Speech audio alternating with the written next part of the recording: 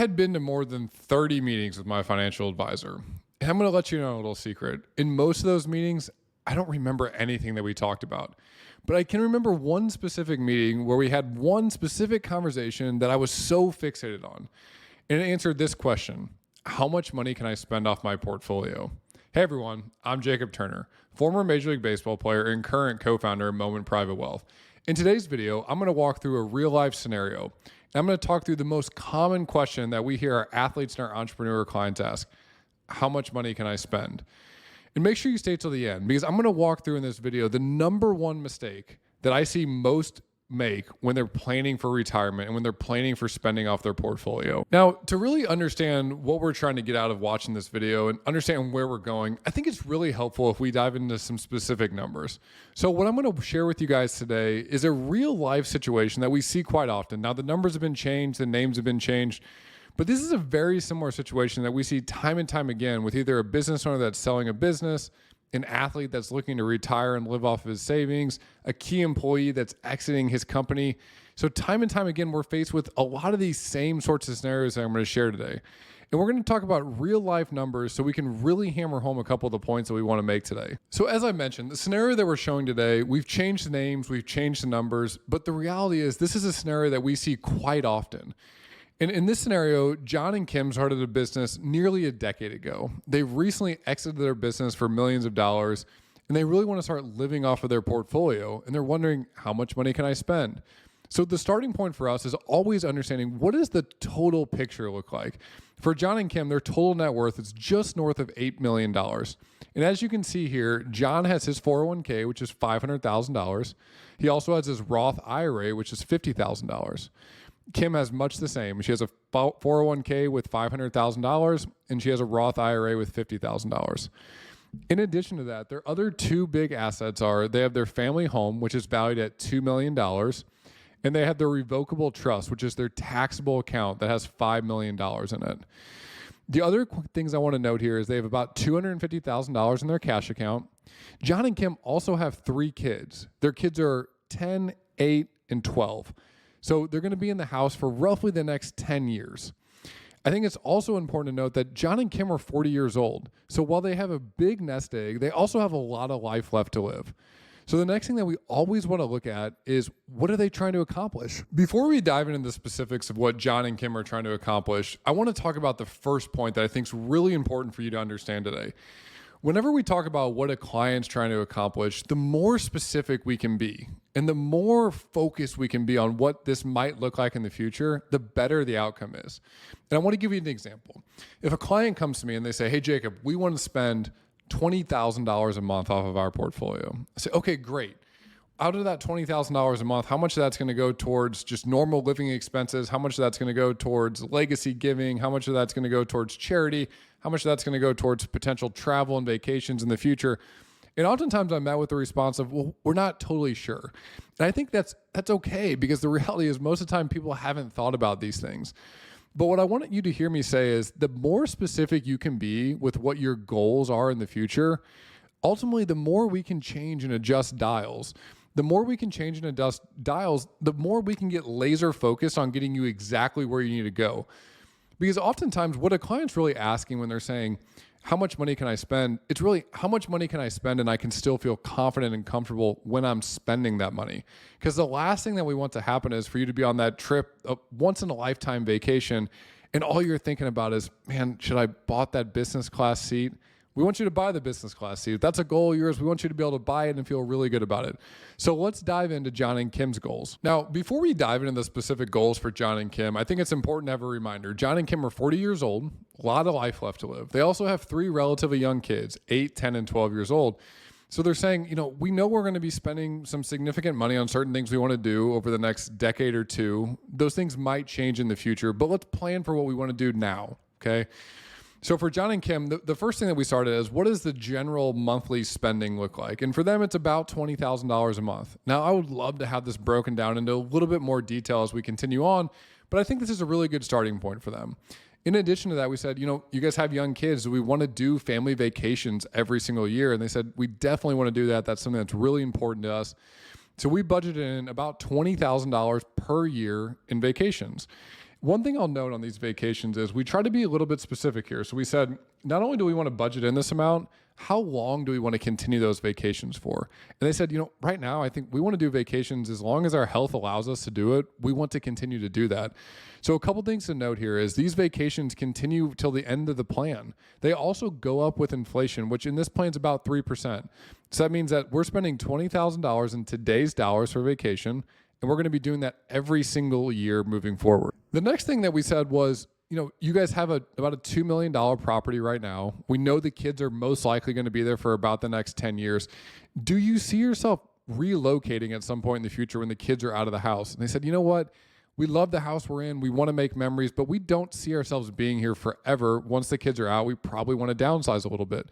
So what we did was we put in an estimate and we said, if we buy a house that's $500,000 in today's dollars, we sell our $2 million property in about 10 years, you're downsizing to a $500,000 home. I know you guys have mentioned in the past that you would love to have a place for the kids to go as well. We said, what if we bought a family vacation home as well? So what we did here was we said, we're moving out of our $2 million home in about 10 years when our kids are going to be out of the house.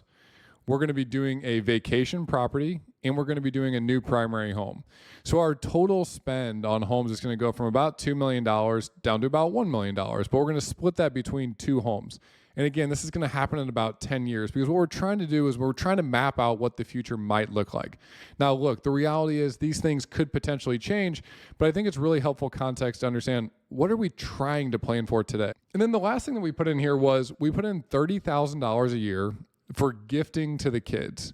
Now, one thing that you've probably heard me say, and if you haven't heard me, please hear me say this. I can't stress this enough. I think it is so much more valuable to potentially give to the next generation when they actually potentially need the money. And what I mean by that is if you have young kids that are often out of the house and they're becoming adults and they're growing up in the world, the chances of them actually using the resources that you might pass down to them when they're 22 to 30 years old is significantly greater than if you generally pass away and leave a legacy gift to them. Oftentimes, you're 60, 70 years old is how old your kids are going to be by the time they're receiving that gift. Versus if they're gifting it when they're 22 to 30 and maybe you're helping with the down payment on a house or helping them buy their first car, that goes a long way and you're able to see them enjoy it. So that's one thing that we helped John and Kim encourage them to do was, hey, let's look at potentially gifting to the kids. Now they have 3 kids and we said, $10,000 and we're going to gift it every other year. So the kids aren't expecting this gift. They don't know that this is coming. But right now we're planning every other year, we're going to give them $30,000 total. So $10,000 per child for about 10 years.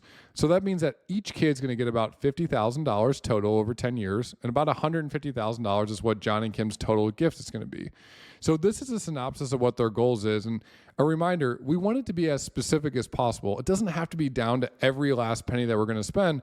But as you can see, even here for John and Kim, we have things like primary home relocation, we have vacation home, we have vacations total that we're going to be spending on. And then we also have legacy gifting to the kids. So we're getting a little bit more detail than just saying, well, we want to spend X amount per month. The next thing that we always want to look at is income that's potentially coming in. And what I wanted you to look at here is, now John and Kim owned a business. They were really successful. And when John sold the business, he said, I don't want to be working full time, but I do have a ton of expertise in the space I was in. And I'd be happy to do a little bit of consulting for some other businesses. Now, he was making hundreds of thousands of dollars before he sold his business for millions of dollars. But the one thing that we encouraged him to think about was the fact that even having some level of supplemental income, in John's scenario, $50,000 per year, can make a huge overall difference in the plan. So right now, what John's plan is to have this supplemental income of about $50,000 per year for the next 10 years. After that, the only other income that we're putting into this plan is Social Security in the future. And the reason why I want to show this specific plan is this is a scenario a lot of our clients are navigating where they're saying, I really want to plan if I'm making really no more significant money in the future, whether they're an entrepreneur, a key employee, a professional athlete. They've made a lot of money early in their life, and they're saying, I have decades, Lord willing, to live, but I don't know if I'm going to be working full-time and making significant income. So I think it's really helpful to show what that would potentially look like. The next thing that I want to look at here is, what does this actually look like in reality? So we've put in all of our inputs. We have some of our outputs that we have. What does that analysis actually look like? And what we're looking at here, guys, is a retirement simulator, what we call a Monte Carlo. Now, all a Monte Carlo is we're taking 1,000 different scenarios and we're saying, based on all these different potential scenarios that are out there, what are our quote unquote chances of success? One thing I want to preface this by, when I say chances of success, this is not a crash and burn situation. This is, what are the chances that we take off, we're in flight, and we have the plane on autopilot, we're continuing to execute on the things we talked about, and we don't have to make any drastic changes in the future? Versus how many times do we need to say, hey, we're in flight, everything's still fine, but we need to make a quick adjustment while we're in flight, turn off autopilot, make an adjustment, and then continue on in flight. In this base case scenario, we have about a 45% chance that at some point in flight, we're going to have to make an adjustment. And this right here is the number one thing that people miss when it comes to retirement planning or living off their portfolio. The projection that we're looking at here is what's called a linear projection. That means that we're going to be spending that $20,000 a month forever, inflation adjusted, every single year forever. Now, what I'm going to tell you right now is the large majority of people do not end up spending that much. What happens is we have kids that are in the house and we reach our peak spending years when maybe they're in high school, they're in sports, we have the more expensive home, and then they move out. College gets paid for, and our expenses oftentimes go down. And then we typically have what we would call the go-go years, where maybe we're not working anymore. We have significant time on our hands and we still have our health, where we're able to spend money and enjoy the experiences that we want. And then oftentimes as we get older in life, we start spending less again. And what I want you to hear me say is this does not look the same for everybody, but the reality is time and time again, what I see is if you're planning for a quote unquote linear retirement, you're probably doing it wrong. So let's take a look at, if we made a couple tweaks to this scenario, what could that potentially look like? If we look right here, instead of us using a inflation adjusted number, which is that linear where every single year we're bumping up the spending based on inflation, instead we said, what if we use the retirement spending smile? Now, what the retirement spending smile says in this scenario is what this chart right here shows.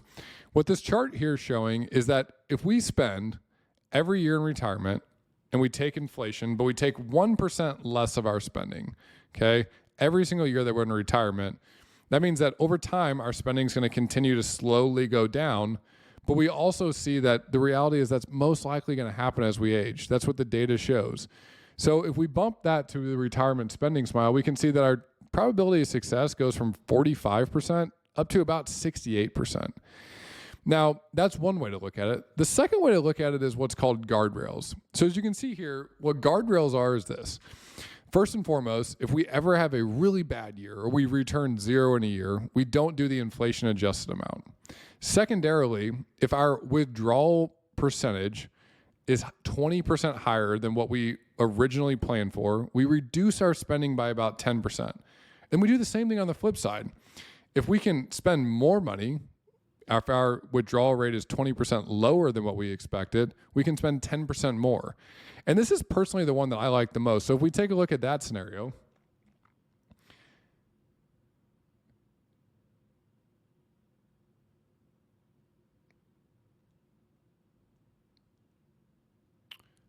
and we put in the guardrails, we go from a 45% chance of success all the way up to a 100% chance of success. And this right here is the number one thing that I think people miss when they're planning for retirement.